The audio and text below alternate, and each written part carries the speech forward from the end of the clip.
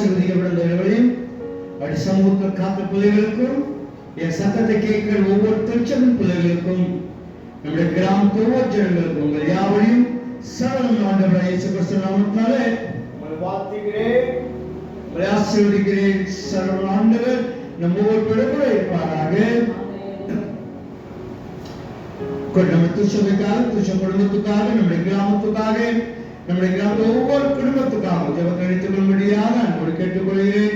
சுகவினத்தோடு, பலவினத்தோடு, தேவைகளோடு இருக்கிற ஒவ்வொரு பிள்ளைகளுக்காக ஆண்டுதல் ஜெபத்திலே ஒரு பிள்ளைகளுக்காக தேவனுடைய சமூகத்தில் விண்ணப்பம்படியாக அன்போடு கேட்டுக்கொள்ள. விசேஷமாக சிறு பிள்ளையா இருக்கிற அந்த சிஸ்டர் டென்சியோட மகளுக்காக, புதிய பிறந்த அந்த செல்வடைய மகனுக்காக, இரண்டு பிள்ளைகளுக்காக ஜெபத்தை அளித்துக் கொள்ளுங்க. பிள்ளைகளிடம் எந்த தீங்கு நாசமோசமும் எந்த பலவின் சுகனுக்கு அணுகாமடி பிள்ளைகள் தேவன் பாதுகாத்துக் கொள்ளும்படியாக ஜெபத்திலே நினைத்துக் கொள்ளும்படியாக அன்போடு கேட்டுக்கொள்கிறேன்.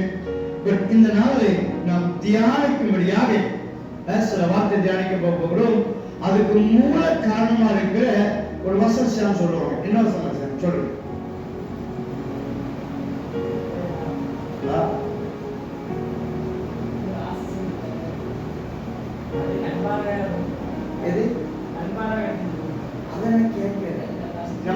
நம்ம டீம் ஒரு வாரமாக ஒரு டீம் வச்சு பேசிட்டு இருக்கோம். ஒரு வாரமா பேசிட்டு இருக்கோம்.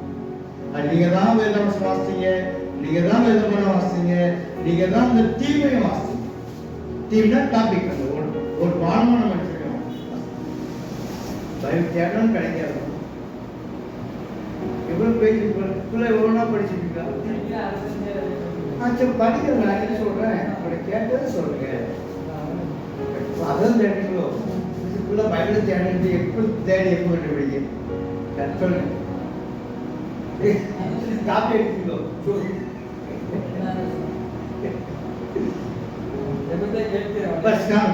இதை வச்சுக்கிட்டீங்கன்னா மறந்துடக்கூடாது. எப்போ பார்த்து இந்த டீம் சேன் கண் மனசுல நினைச்சணும் இருந்துட்டே இருக்கணும். மறந்துடக்கூடாது. நம்முடைய ஜெபத்தை கேட்கிறவர் ஒரு நாள் மறக்காது. இது அப்படியே அந்த மைண்ட்ல மெமரியில பதிய செய்யணும். நம்ம எப்பெல்லாம் ஜெபிக்காம, எப்பெல்லாம் ஜெபிக்கல, எப்பெல்லாம் தேவைகள் இருக்கிறோமோ, எப்பெல்லாம் எதிர்பார்த்து கொண்டு இருக்கிறோமோ. இன்னொரு வாசம் மாணிமொழி வாசம் ஒரு வசனம் வாசிங்க. மாணிமொழி எந்த வசனம்? 108 வசனம் வாசிங்களேன். என்ன வசனம்? 108 வசனம் 12 வசனம் வாசிங்களேன். இக்கட்டில் எங்களுக்கு உதவி செய்யும். பஸ் டாபிக் என்ன? டாபிக் நம்முடைய ஜெபத்தை கேட்கிறவர்கள் இருக்கிறார். இங்க என்ன சொல்றது? ஆண்டவரே இக்கட்டில் எங்களுக்கு நீதான் உதவி செய்யும். மனுஷன் உதவி செய்வோன்னு சொல்லுவான். என்ன சொல்லுடா? இது மனுஷனுடைய இயல்பு. யாரும் குற்றப்படுத்தல. மனுஷனுடைய இயல்பு. உதவி செய்வேன்னு சொல்லுவான். அவன் நேரம் எப்படி இருக்குன்னு தெரியல. அந்த டைம்ல உதவி செய்ய முடியாம போயிடும்.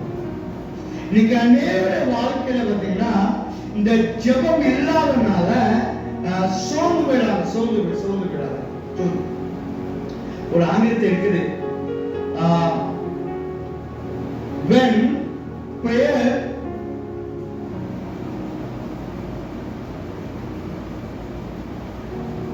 உங்க habit பிரேயர்னா when prayer become your habit, miracle becomes your lifestyle. அப்ப ஜெபிக்க நீங்க உங்களுடைய வாழ்க்கையில ஜெபிக்க நீங்க கற்றுக்கொள்ளும் போது, ஜெபிக்க உங்க பழக்கம் எடுக்கும் போது அதிசயம் அற்புதம் நடந்துகிட்டே இருக்கு. நான் சொல்றேன், மனுஷட உதவி அந்த இக்கட்டைகளுக்கு நீர் உதவி செய்யும். அப்போ ஒரு நாள் மறந்துடாதீங்க, நான் எந்த சொல்லுனா சரி, எப்பேற்பட்ட சரி, நான் ஜெபிக்க என்ன செய்யக்கூடாது? மறக்கவே கூடாது. என் ஜெபத்தை கேட்க ஒருவர் ஆயத்தமா இருக்கிறார். எந்த சொல்லு எப்பெல்லாம் பிரச்சனை வருதோ, எப்பெல்லாம் கஷ்டம் வருதோ, எப்பெல்லாம் பாடு வருதோ, எப்பெல்லாம் ஆபத்தை சிக்கி கிடக்கிறோமோ, அப்பெல்லாம் என்ன செய்யணும்? ஜெபிக்க மறந்துடக்கூடாது. அவரை தேட மறந்து தேடணும்னா அவரை நோக்கி கூப்பிட மறந்துடக்கூடாது. ஒரு வசந்த வாசம் வேதபுரத்துல ஒரு ஒரு ரோட்ல உட்கார்ந்து இருக்கிற ஒரு பிச்சை வாங்கி கொண்டு இருக்கிற ஒரு குருடன் என்ன செய்தான்? ஆண்டவருக்கு கூப்பிட ஆரம்பிச்சான். அல்லேலூயா. கூப்பிட ஆரம்பிச்சான். எதுக்கு கூப்பிட்டா தெரியுமா? இயேசு வருகிறார் என்று சொல்லி கேள்விப்படுவது எதுக்குன்னா, அவர் அற்புதத்தையும் அதிசயத்தை செய்கிற ஆண்டவர். அவர் எங்கெல்லாம் போறாங்களோ அங்கெல்லாம் அற்புதம். இந்த குருடன் கேள்விப்பட்டிருக்கணும். இந்த குருடன் கேள்விப்பட்டாதான் சொல்றாரு, ஆலயத்துக்கு போங்க. ஆலயத்துக்கு எதுக்குன்னா, நீங்க நடக்க வேண்டிய வழிகள் செய்வாங்க சொல்லிடுவாங்க. எதுக்கு ஸ்கூலுக்கு போறோம்? நம்ம வாழ்க்கையை கற்றுக்கொள்ள முடியாது. அருமையான ஒரு வார்த்தை இருக்கு.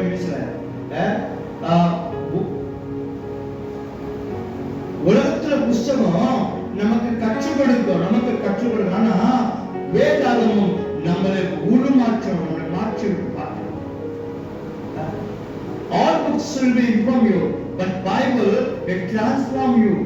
நம்முடைய வாழ்க்கையை மாற்றுகிற வார்த்தையா இருக்கு. அதனால ஒவ்வொரு நாளும் செய்யுங்க. அந்த வேதாகமத்தை தியானிங்க. சொல்லுங்க வேதாகமத்தை ஒரு வசனம் அரை மணி நேரம் உட்காருங்க. ஏன் உட்கார முடியும்? ஏன்னா அவ்வளோ டென்ஷன் இருக்கும், மற்ற வேலை இருக்கும், அது உட்கார மைண்டே வராது. நமக்கு மைண்டு மற்ற என்ன பாருங்க, அந்த ஒரு ஆட்டை செல்ல ஆரம்பிச்சா போதும், அது வக்கே தோன்றாது. பார்த்தீங்களா? அனுபவிச்சிருக்கீங்களா? பார்த்துருக்கோம். ஒன்று போயிட்டா ஒன்று அடுத்த உடவே செய்யாது. நம்மள அந்த பீடி பிடிக்காம பார்த்தீங்களா? சரி, எப்போது அவர் பிடிச்சிருக்கிறாரோ அப்பதான் விட முடியும். ஏன்னா விட்ட விழுந்துடும். எப்ப சிகரெட் விட பிடிச்சிருக்குதோ இவர் விட நினைச்சாலும் விடாது.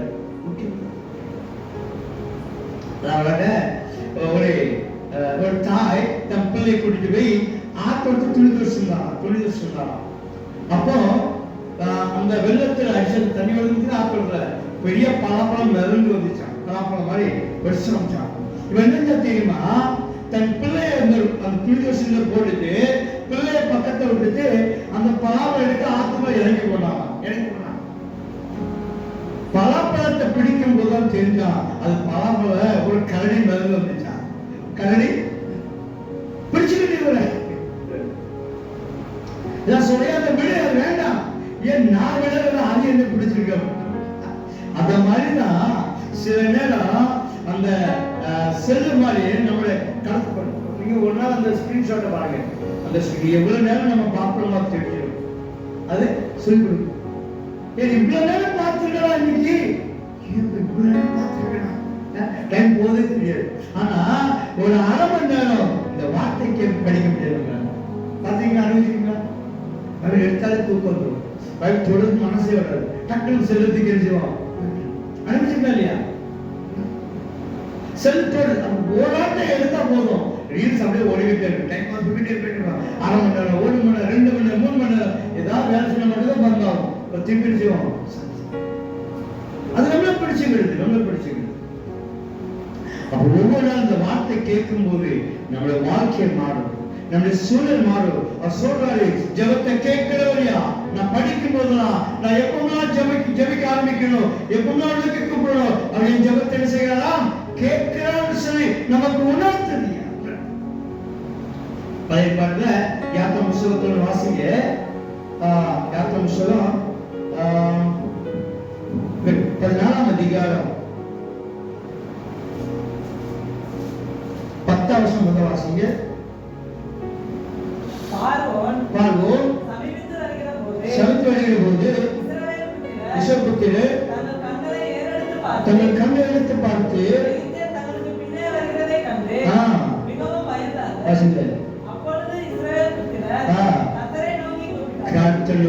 பயந்து பயம் என்ன வேணா நம்மளை கொண்டு போறதுக்கு வாழாக பின்னாடி தொடுத்து வாழாங்கல என்று சொல்லி பயந்து இருந்தாங்க.